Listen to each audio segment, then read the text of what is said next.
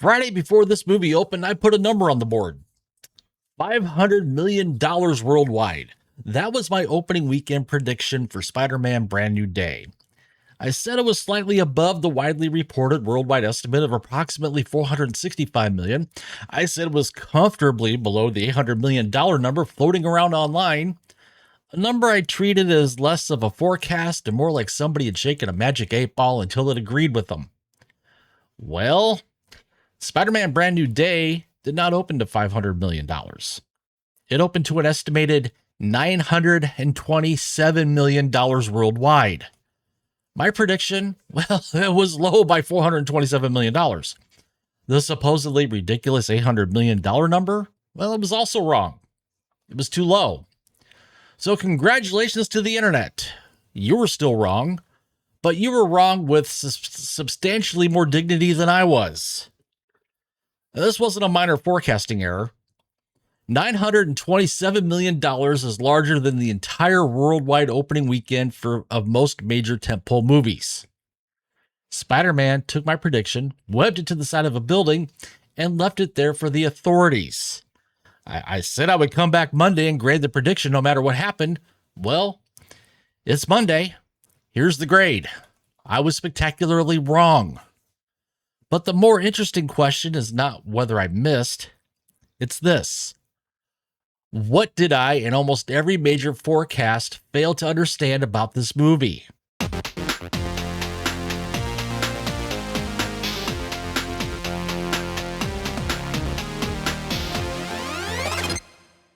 Hey everybody, Chris here, the Critical Nerd, and thank you to all the returning viewers, and if you're new here, welcome, stick around. On this channel, we keep expectations low and the receipts high. And that means when I put a prediction on the board, I do not get to quietly delete the video, move the goalposts, or explain that I was actually forecasting the opening weekend in Luxembourg. I said $500 million. The movie, well, it did $927 million. I was wrong. So today, instead of trying to minimize what happened or invent an accounting argument that lets me escape on a technicality, we're going to examine why Brand New Day blew through every meaningful expectation. Because this was not simply a large Spider-Man opening, it was a result so far outside the forecast range that it exposed a blind spot in how the industry and I measured the demand. Let's begin with the actual receipts. Spider-Man Brand New Day earned an estimated $72 million from Thursday previews. That broke the previous preview record held by Avengers Endgame. When those previews were included, the movie finished Friday with $168 million, the largest domestic opening day in box office history. Sony, well, then they revised its domestic weekend estimate to approximately $325 million. And even after seeing that record opening day, Sony's revised estimate was still about $30 million low. The Sunday studio estimate finished at $355 million domestic. That is the second largest domestic opening weekend ever, just behind the $357 million opening of Avengers Endgame. Internationally, the film added $572 million, including a remarkable $121 million from China. That brought the worldwide opening to $927 million, the second largest global debut in box office history, again behind only Endgame. And these numbers were not produced by three people buying every seat in the theater so they could stop strangers from sitting next to them. Intelligence estimates that approximately 24.1 million people attended Brand New Day domestically during its opening. And yes, I was one of them. That eclipsed the company's previous record of roughly 20 million admissions for No Way Home.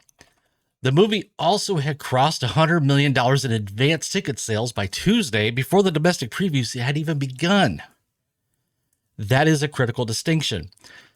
Ticket price inflation absolutely matters when comparing this result with Endgame in 2019. A $355 million opening in 2026 does not represent the same number of tickets as a $357 million opening did 7 years earlier. So no, this does not necessarily mean more people attended Brand New Day than attended Endgame, but 24.1 million estimated moviegoers is still an enormous piece of actual human foot traffic.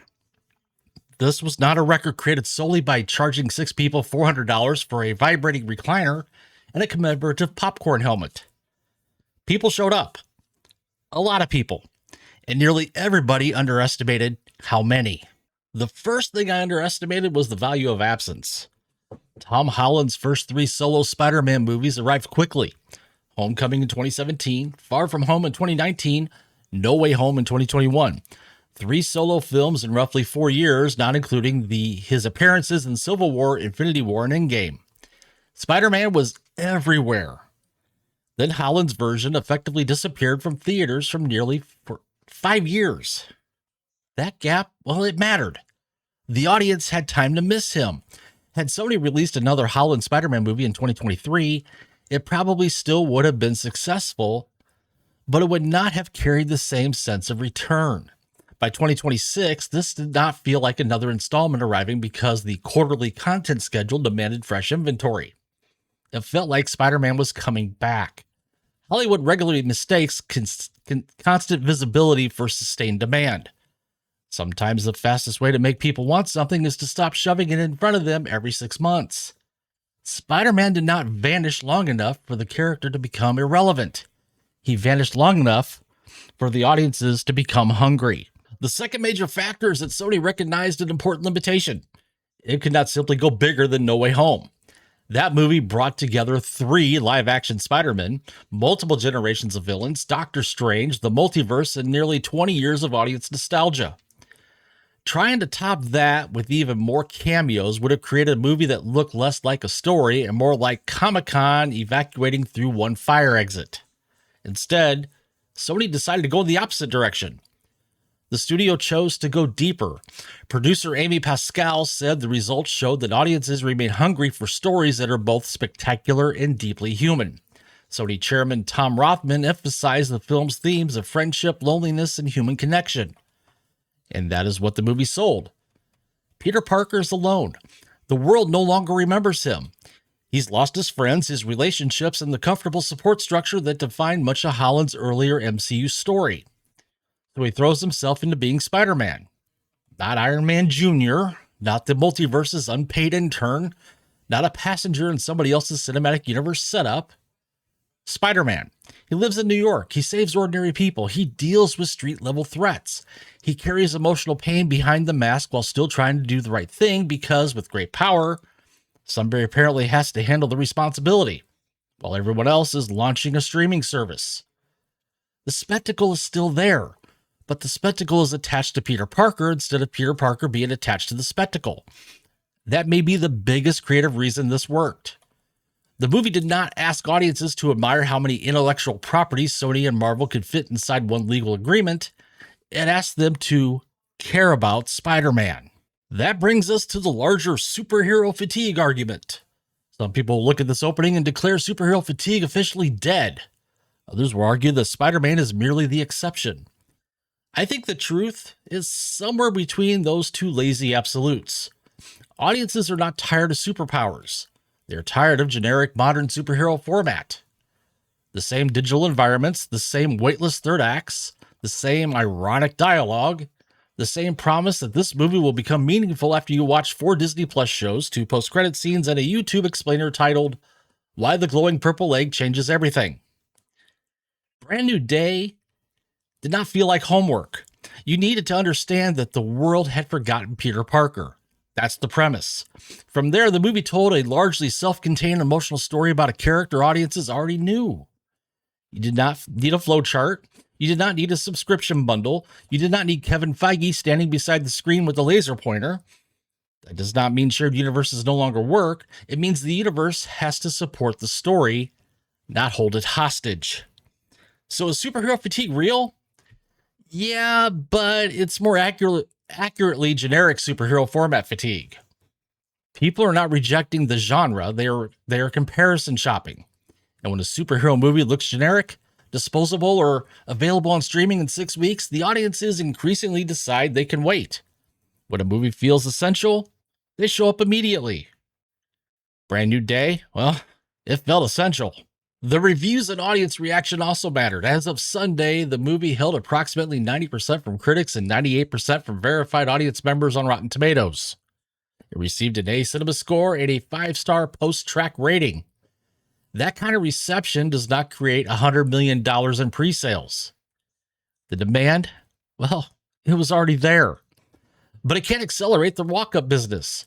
People attending Thursday night told other people the film delivered. Friday's record business generated urgency. The online conversation became less about whether the movie was good and more about whether you could avoid spoilers until you found a parking space. The movie then became self-reinforcing. Demand created a record. The record created attention. Positive reaction converted that attention into more demand. That is what a genuine theatrical event looks like when the machinery is working correctly. Another reason the opening deserves additional credit is that Brand New Day did not have domestic IMAX screens. Those remained committed to Christopher Nolan's The Odyssey. Now, normally losing IMAX would place a meaningful ceiling on a film this large because premium formats generate higher ticket prices and massive per-screen grosses. Spider-Man responded by simply breaking records everywhere else. Dolby Cinema reported its largest domestic weekend ever, earning approximately $10 million across only 177 locations with an average of roughly $56,000 per screen. Nearly two-thirds of Dolby's available weekend tickets were sold before previews began. That means audiences were not just buying tickets, they were actively seeking the best alternative premium experience available. Spider-Man lost IMAX and still opened with approximately $2 million of in-game's unadjusted domestic record. That is absurd. It's like entering a race without one shoe and nearly breaking the world record anyway. China also provided a major piece of the upside. Brand New Day opened there with approximately $121 million. For comparison, No Way Home did not receive a theatrical release in China at all, yet still earned more than $1.9 billion worldwide.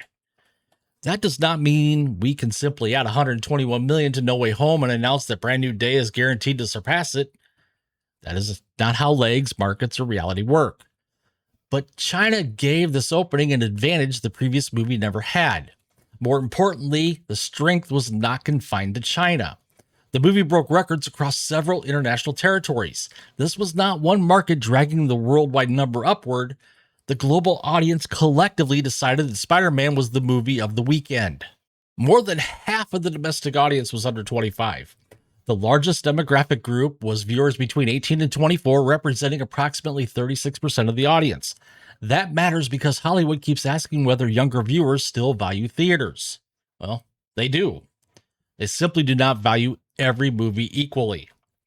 For younger audiences, Tom Holland is not the replacement Spider-Man, he is Spider-Man. Some of us grew up with Tobey Maguire. Another generation embraced Andrew Garfield.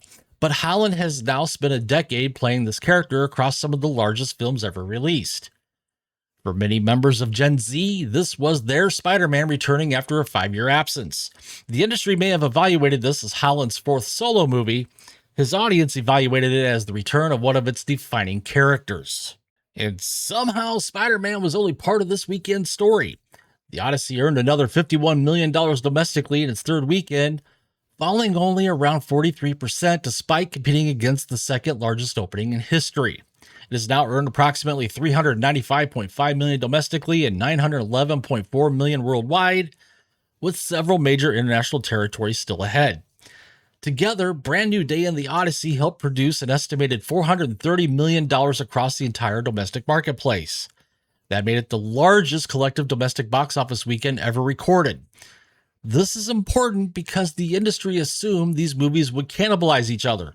Spider-Man would take the younger audience, Nolan would control IMAX, somebody would lose. Instead, the marketplace expanded. People watched one, some watched both. And anyone who watched The Odyssey during the previous 2 weekends was almost certainly exposed to the marketing campaign for Brand New Day. Paul Dergarabedian specifically identified The Odyssey as an ideal lead-in because millions of people around the world were already sitting in theaters watching Spider-Man trailers. These 2 movies did not destroy each other. They created momentum for movie-going itself. One was a 3-hour adaptation of a 3,000-year-old Greek poem. The other featured a young man in red pajamas fighting crime in New York. Apparently, the audience has range. I mean, who knew? Now I have to revisit Friday's video and the argument made honestly. I said at the time Brand New Day would not prove Marvel was back. It would prove Spider-Man never left. Does a $927 million opening invalidate that? Not completely. Spider-Man remains exceptional. He has more than 2 decades of modern theatrical goodwill. Sony receives the primary theatrical victory. Marvel, well, they receive the reputational boost and the connection to what comes next. A record Spider-Man opening cannot simply be transferred onto every Marvel property like unused airline points. Now, Avengers Doomsday still has to earn its own audience. But I will not pretend this result means nothing for Marvel. It does give the MCU some momentum. It reminds younger viewers what a Marvel theatrical event can feel like. It proves that the appetite is still enormous when the character is trusted, the marketing is clear, and the story feels emotionally accessible. And it raises the expectations for Doomsday considerably. Marvel can no longer argue that audiences have simply abandoned superhero movies. Spider-Man just delivered a $927 million rebuttal. So Friday's thesis, it needs an amendment. Spider-Man did prove that he never left. But he also proved that the potential audience for a properly constructed Marvel event is much larger than I believed. That does not guarantee that Marvel's back. It removes one of Marvel's favorite excuses, if it's not. So here's the final grade. The widely reported $465 million worldwide estimate missed by approximately $462 million. The more bullish $800 million forecast was still low by $127 million. Sony's revised $325 million domestic estimate, made after the record Friday, was still low by approximately $30 million. And my $500 million worldwide prediction missed by $427 million. So yeah, I was wrong. Completely, unmistakably, and mathematically wrong. But that is why we put numbers on the board. Predictions are only useful if you come back and grade them. Otherwise, it's not analysis. It is astrology with the spreadsheet. The lesson here is not simply that Spider-Man is popular. I mean, we already knew that. The lesson is that several factors combine into something the forecasts failed to price correctly. A 5-year absence. Stored goodwill from No Way Home. A younger audience that considers Holland its definitive Spider-Man. A clear, self-contained story. Peter Parker finally being allowed to feel like, well, Peter Parker. Strong reviews, massive international demand, and China returning to the franchise.